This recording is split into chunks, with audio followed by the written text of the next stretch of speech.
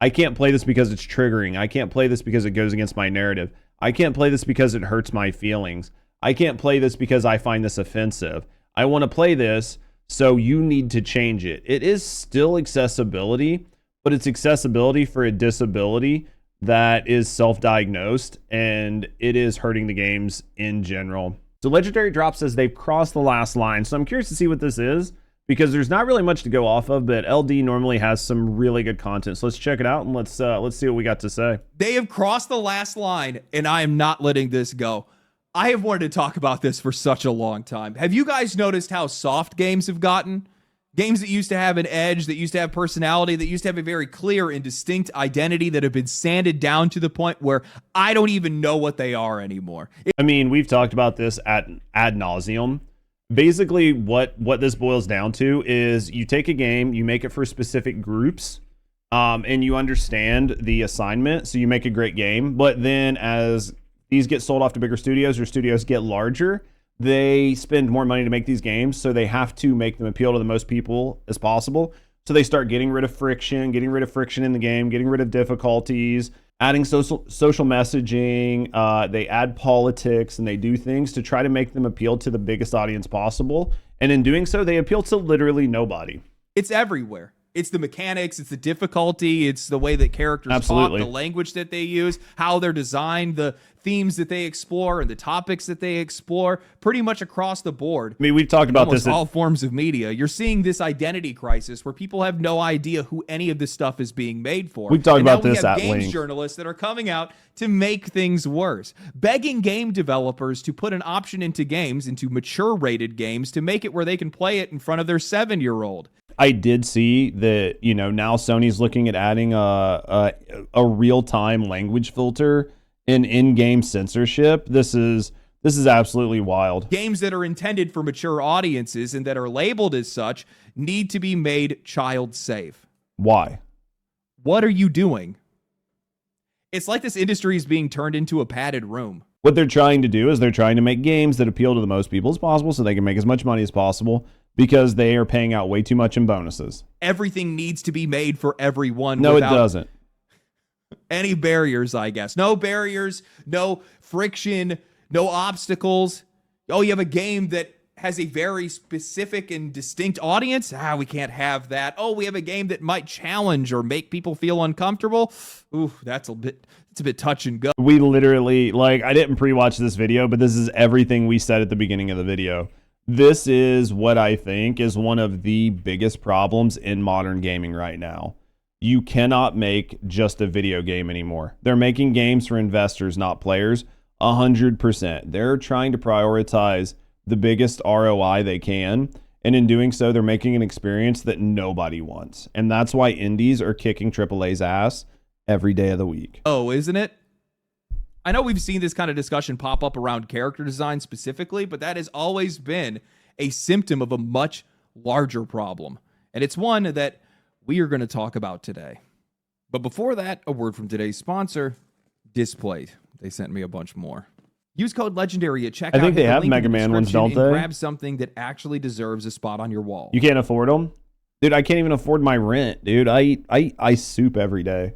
I don't know exactly when this all started, but games used to have conviction. You could look at a game and instantly know who it was made for. No ambiguity, no identity crisis, just a clear vision executed without apology. This is a game right here. You can look at this and tell that it's Warhammer, right? I can look at this and I'd be like, oh, it's a Warhammer game, right? Earlier today, we were looking at a game and it was Assassin's Creed Shadows, and I was like, this could be any game.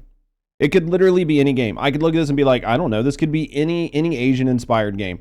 Doesn't look like Assassin's Creed. And I think that the difference in this is games like this that are easily identifiable will do better long-term because they keep their own identity. Space Marine 2 reminded me of what that felt like, or better yet, what we had lost. It knew exactly what it was, a bloody, gory mess of a game intended for mature male audiences about stoic warriors who barely speak and show their loyalty through action rather than dialogue, men acting like men, and it worked because it fully committed to that identity instead of hedging its bets, trying to appeal to everyone. But most games don't do this anymore because Yeah, I mean, I think that games like this have an identity, and I think that it's important to have an identity. And I think we're losing that in modern gaming, and I think that it's to the detriment of modern gaming. The industry has convinced itself that having a clear identity somehow makes games less accessible.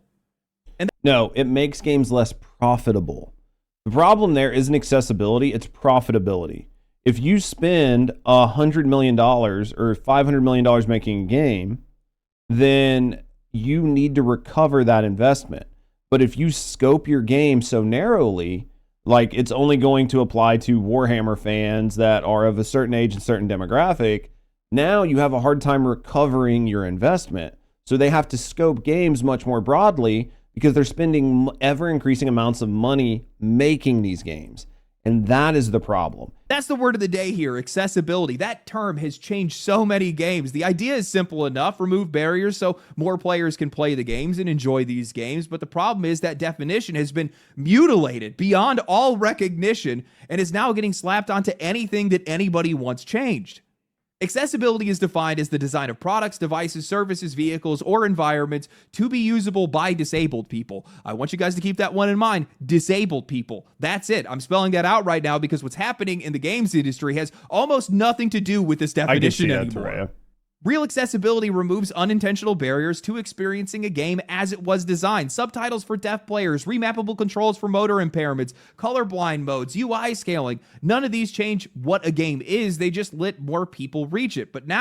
Exactly. And that is the clear distinction between adding accessibility features and trying to make the game more accessible to a broader audience that would not play it, right? It's technically still like similar, and the word accessibility can have multiple meanings, right? Like there are definitely multiple ways to look at this, but it's definitely being used in a way that I don't think it works well for the game studio. Now, accessibility has been weaponized to justify gutting mechanics, lowering difficulty, sanitizing narratives, changing language, redesigning characters, demands that have nothing to do with disabilities and everything to do with remaking games for audiences that they were never intended for. Well, I think that some of it is a level of accessibility, but it's accessibility for people with self-diagnosed disabilities. I can't play this because it's triggering. I can't play this because it goes against my narrative. I can't play this because it hurts my feelings. I can't play this because I find this offensive. I want to play this, so you need to change it. It is still accessibility, but it's accessibility for a disability that is self-diagnosed, and it is hurting the games in general. The reason I'm bringing this up right now is because this has only continued to get worse as journalists are now calling for the ability to play mature-rated games in front of young children. Recently, Chris Scullion of VGC That's not an accessibility issue. Developers, please give me the option to remove swear words from your games. In the era of excellent accessibility options, parents should be able to play certain games in front of their children without reaching for the volume. He writes, last year I reviewed South of Midnight for VGC, and while I found its combat repetitive, I thought it was a beautiful adventure that featured a setting, characters, and subject matter that aren't frequently explored in this medium. Not only does it look and sound superb, but it has a strong female protagonist, and as someone with a young daughter, I figured it would be a great game to play while she was around. The problem is the game is not designed for that demographic. Yeah, it has a strong female character, awesome. You want to find a strong female character for your 7-year-old, great. This is not the medium for that, right? These are advanced concepts. This is like a level of stupidity that just makes my head hurt. Because imagine it this way. In 3 years from now, you're going to have a brand new Samsung TV. And when you turn on the parental controls, now if it will auto assess every image on your screen, and if nudity shows up, it will blur it out or it will AI clothing onto it.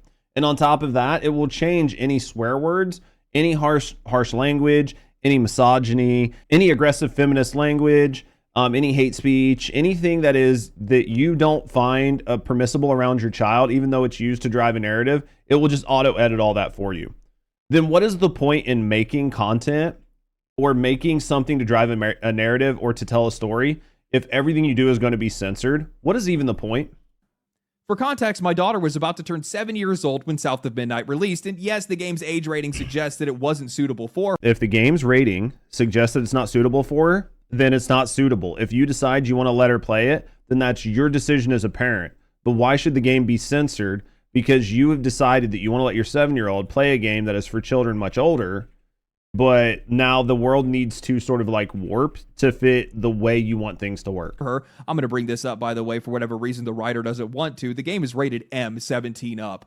But the aim wasn't to have her play. It was to make sure that it was safe for me to play in the background while she was in the room. And having played an hour or so for the game for a preview, I had a pretty good feel for what it was offering. Imagine like re-editing things to make Rose be drawn with like a t-shirt. It's just so asinine that we are encroaching on a world in which there are so many people that rail against AI art. People rail against like wanting to have freedoms. They want to find justice for all and fairness for all. But these same people are the ones out there asking to censor everything that they don't agree with. The game, South of Midnight, is clearly labeled as a mature game.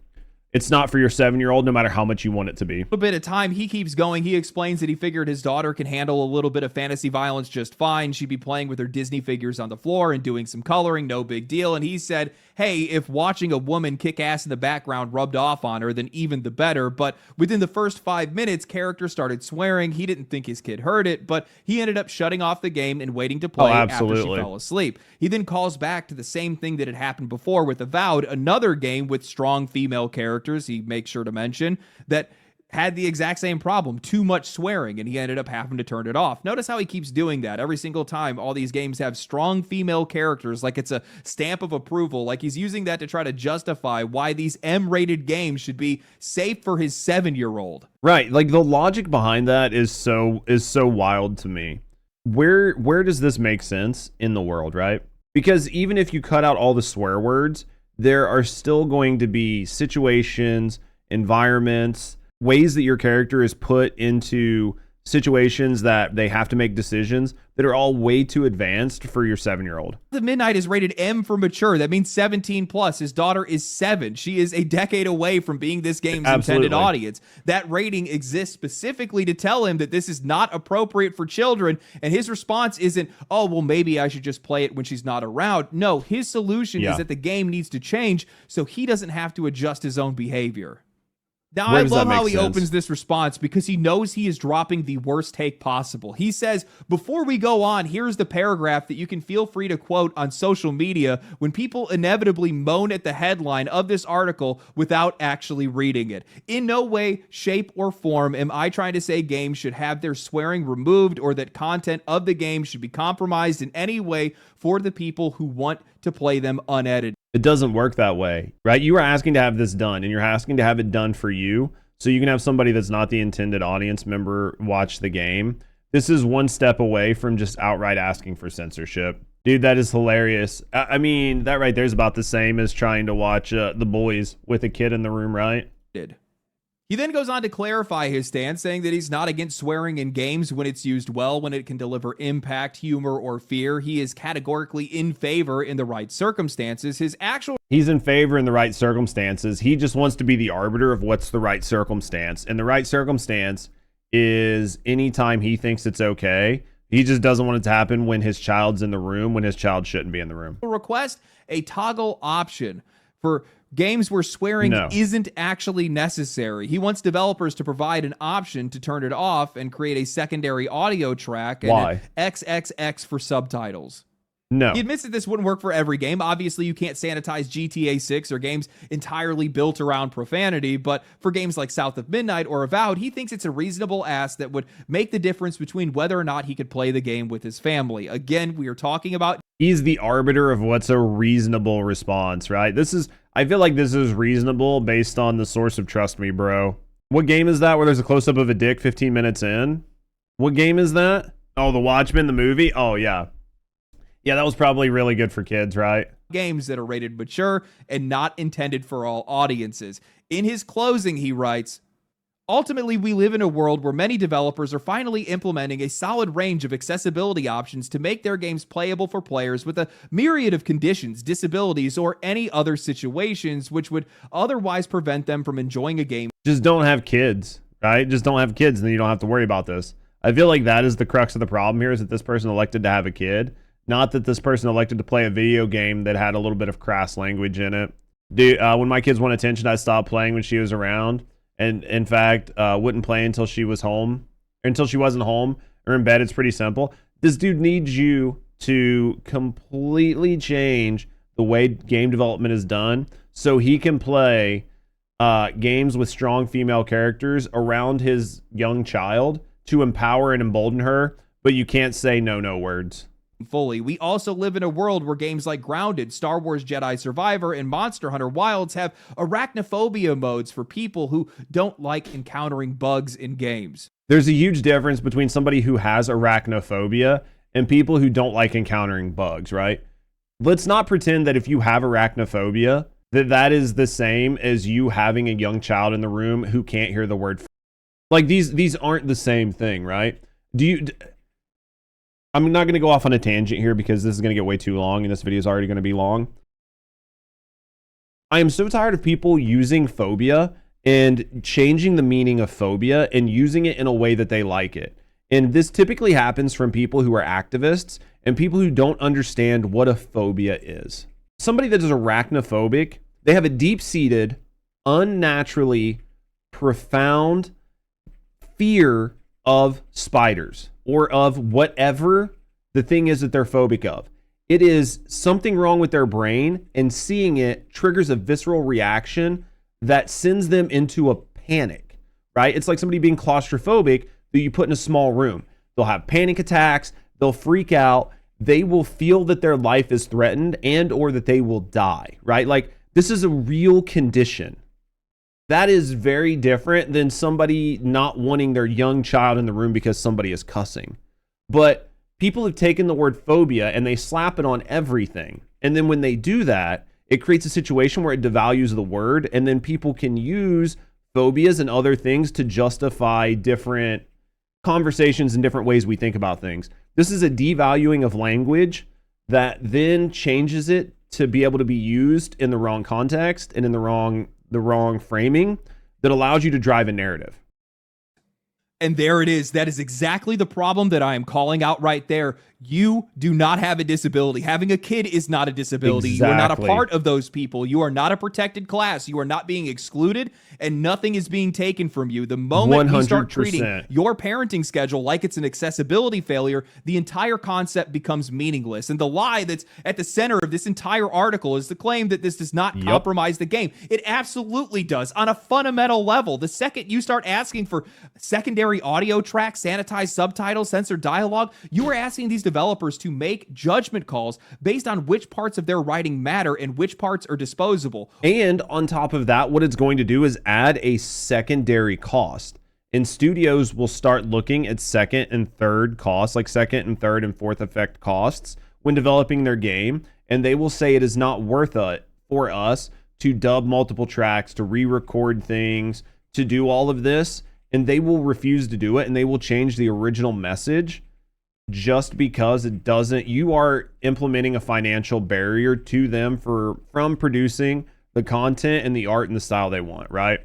Worse, you are the one that is making those calls for them. You are deciding what games do and don't need for whatever language you want or don't want in their games. Absolutely. You didn't write the script. You didn't make the game. Dude, the simple solution was there the entire time. Do not play these games while your kids are in the room. That is not aggression. That is adulthood. That M rating told you exactly what that game was, exactly who that game was for, and exactly who it wasn't for. Your 7-year-old daughter. That, and then framing it as the game being unreasonable is just an insane level of entitlement. You know, after reading this article, I feel like I'm the one that needs some accessibility options now. Now, I want to make this clear.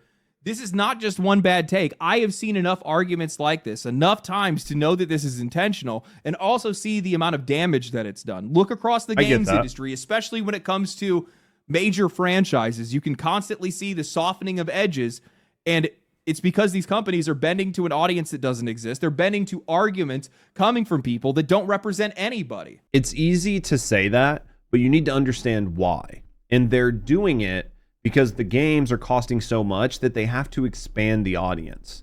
And because they have to expand the audience, they have to cater to these types of people because they're trying to get them to play the game, right? Once you understand why it's happening, it's very easy to understand why the studios continue to do it, right? You know what irritates me the most is that this guy couldn't even see the forest through the trees. The entire time he's talking about strong female characters, blinded by it, without realizing that there's a trend there, that these games are constantly relying on swearing because their writing is so weak. It's not that female characters are the problem, it's that the writing is shallow, so these guys are trying to manufacture maturity and impact through cursing all the time. It's just bad writing. Am I really the superior journalist here? Is that what's going on? I'm immediately reminded of Forspoken. That game did that so much, and it was so blatant. How do you not see that? It's funny, though, but it happens. Accessibility needs to be protected from these people. It does not belong to them. It is not for you. It is for people that have genuine obstacles in life, a much harder life than you have. And you're trying to reappropriate that for yourself, pretend like you are disabled in some way. That is definitely not the case. And it's disgusting to me that people want to take this and make it their own. You don't belong there, okay? Mm-hmm. You don't belong there. This happens with a lot of people, and it happens with a lot of activist style people and people with activist mentality. They are trying to be a part of a protected class, or they're trying to utilize it in a way that benefits them, and they do that so obnoxiously that it is plain as day for anyone to see. But then they get away with it because they ally themselves with these groups in a way that they say, I'm for you, I'm with you, I'm always on your side, let me be oppressed as well. This is why people are sick and tired. I hope people understand that. Because Absolutely. This isn't about, it's not about inclusivity. It's not about accessibility. It's for sure. Everything has to bend. Everything has to soften. Everything has to be made for everyone. And that doesn't matter in the face of warning labels. These guys will just ignore it entirely. And doing that, at some point, the answer just has to be no. You cannot have it your way. Maybe. This game is not made for you. This game has a different audience, a different intended audience, a different way to play that you're just not going to be able to get anywhere else. And in some cases, even in the cases of disability, sometimes these games just can't be made so that you can play them. And I agree with that. And I agree that there are going to be some times where accessibility doesn't work, even if it's trying to make a game accessible for certain people with disabilities. And I know that sucks, but there are some times where you just have to look at whatever it is in life and just go, there are just some people that cannot enjoy this. And while it's unfair for them, it is just the fact of life. Not everybody gets everything. But not a lot of these guys want to put their foot down like that. And when you have all of these games that constantly try to bend and adjust themselves to everyone, they just lose themselves. Absolutely. And we see it all the time.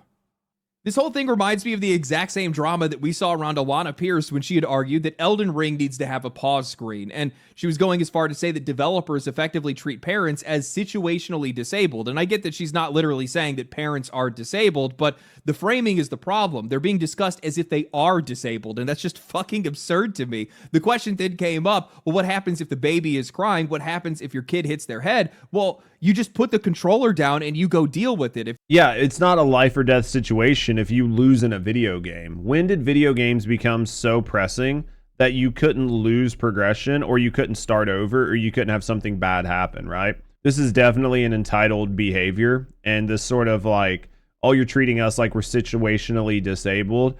It's such a disingenuous way to argue this, right? These games are not the end of your life, and putting them down to deal with your kids is just part of being an adult and being a parent. If you lose progress, it is what it is. That's life. That's just the way things go. Not every single experience needs to be built to protect you from circumstance, responsibility, or friction. Now, sure, you're allowed to have an opinion on whether or not you think games should have a pause menu or not, but From Software very deliberately chose not to include one, and they did it for a reason. They want you to not feel safe while playing their games. They want rest to feel earned. You might think that adding a pause button wouldn't take anything away, but they clearly do, and I'm right there with them, or I'm at least going to respect what they say because, well, having the option to pause whenever you want does completely break immersion. It reminds you that you're playing a game. It pulls you out of the moment, and it entirely kills tension. And honestly, modders take care of this anyway, right? Like, you can absolutely just play a mod and it's fine. Given how consistently good their games are, I'm going to side with the creative vision over the parent that is worried about losing their progress after stepping away. Absolutely. The world does not need to bend to your life. Sometimes you just need to step away from the game. Actually, speaking of From Software, their games always seem to be the center of a lot of these accessibility arguments, and they 90% of the gamers that have real life to deal with. It's the developer's decision there, right? Average. Like, I think that advocating for something that a developer doesn't want to be in their game and trying to sort of force a developer to acquiesce to people that want to advocate for a changing of the fundamental way the game is played isn't really fair. I mean, I think that, sort of to LD's point, I think you're allowed to have that opinion, but I think at the end of the day, if the game decides that they don't want to add it, that you shouldn't be able to bully a studio into adding it. Then they don't deserve good sales numbers when something that makes them lose things, if they have a fire or a dog, has to pee. And I think that's fair, right? And I think that if they suffer in sales because of their game's decision, then I think that's perfectly fine.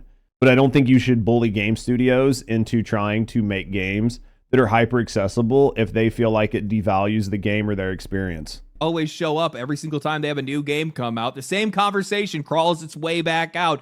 Difficulty. Who is the game made for? Who is it supposed to leave behind? When Elden Ring first launched, Wired ran an article that was titled, "Elden Ring Isn't Made for All Gamers. I Wish It Were," framing the lack of difficulty options like it was some kind of design So you can play failure. games without interruptions? And what's Just tell your kid not to fall and hurt itself, right? always been really funny to me about that conversation is that the challenge Like, just tell your kid not to fall and hurt itself, or go take your dog out before you play games, right?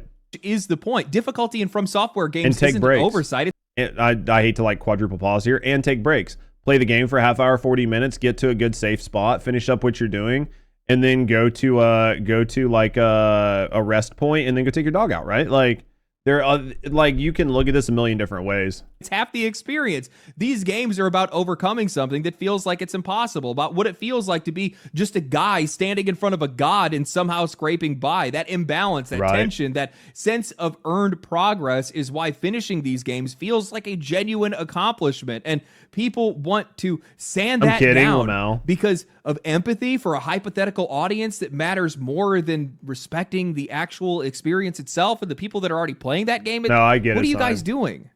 What's wild is From Software already has the smartest accessibility design in the industry. They just don't dress it up as a menu Right. toggle. They don't use difficulty sliders because the player is the difficulty slider. You can use magic, range build, summon spirits, co-op. You can overlevel, you can respec, and I do all that stuff all the time. If I hit a wall, I leave, I grind, I change my build, I listen to the game and what it's telling me, and instead of assuming that sure. it's the game that's the problem for pushing back. So here's one thing, and I haven't really played Elden Ring, and I have reasons why I haven't played Elden Ring, and I probably should just sit down and play it, because I'm sure if I put the time in, I will enjoy it. But one thing I can say about Elden Ring that I like is the fact that the enemies do not level with you, right? So like the Tree Sentinel is the level the Tree Sentinel is when you spawn in, right? He has one difficulty, and the game doesn't dynamically change as you level up, right? Right, like, so it's not like Skyrim and a lot of other games where you can't out-level, you can't level up, and you lose this ability to feel strong. You can just be like, oh, I can't beat this thing, I'm going to go level up for hours, and then come back, and I'm just going to demolish it because I over-leveled it. I think about it, difficulty might be the most butchered part of modern game design. Absolutely. And it's all in the name of accessibility. There are some fair critiques to make, absurd boss runbacks like in Silksong that definitely deserve some criticism, but challenge sure. itself, that has been stripped out of so many games. There's not a lot of games that make you lock in anymore. And from where I'm standing, No. that is the game feel. That's the interaction. That's the friction that gives your actions weight. Strip that away, and you're left with a game that technically functions, but is almost completely empty.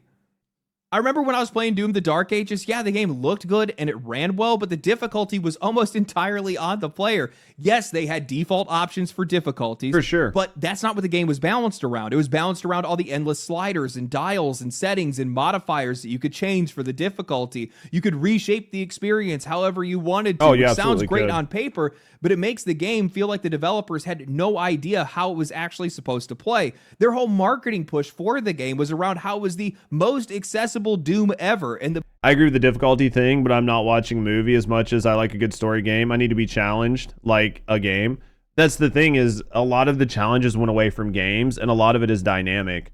So things will only ever be so hard. Things will scale to your level. If you go someplace you're not supposed to be, it's all going to be your level. There's not going to be any additional difficulty. It's just all the same, and I absolutely hate that. Moment that mentality takes over, the game starts to lose its identity. I mean, this bled into everything. They had map keys that literally had spotlights on them. Oh, Secrets were marked on the map with 800 question mods to work marks. in Skyrim. Secrets. How are you supposed to be calling them secrets at that point if you're pointing right at them? At that point, you're not even exploring the game anymore. You're just following a GPS. Nothing feels earned in a game like that because they're not letting you miss anything. Everything's been smoothed down to make sure that everybody experiences everything, and then you're just left with just this empty feeling. Yeah, there's no such thing as like trying to find the skulls in Halo 3, right? Where they were literally just, you had to luck into them. I'm telling you guys right now, this is the real issue. Instead of making games simpler, watering down mechanics, or flattening the challenge, developers should be focusing on better communication, better tutorials, teaching players how systems work, and then trusting them to use what they've learned. Because what's happening right now is that these games are being made easier, less demanding, and less mechanically interesting. Not as a natural design choice, but instead as a reach tactic. And I hate to have to keep using this. And then when they do that, they have to add really weird, arbitrary things in to prolong playtime that don't really make any sense, right? Instead of teaching you the basics and then having you learn and evolve and having that evolution be the difficulty that sort of increases your playtime, they make everything so piss poor easy that the only way they can increase the playtime is by making you just sit and shoot bosses or fight enemies that have like really heavy health pools and everything else. Because there's no challenge, right? It's just stand there and press a button, but you can't do it 3 times. You need to do it 100 times because there's no skill gap anymore. Game, but holy hell, was Dragon Age the Veilguard the best case study for nearly everything that has gone wrong for modern games. And especially in this conversation, that game was obliterated beyond recognition, all in the name of accessibility and widening its potential audience. Real time with pause combat was stripped out of the game because it was deemed too complicated for modern audiences, and then it was replaced with basically a 2-button mobile combat system that's no different than we see in most gacha games. It's the same elemental reaction system that they pulled straight out of Genshin Impact, and the result wasn't more approachable, it was just dull.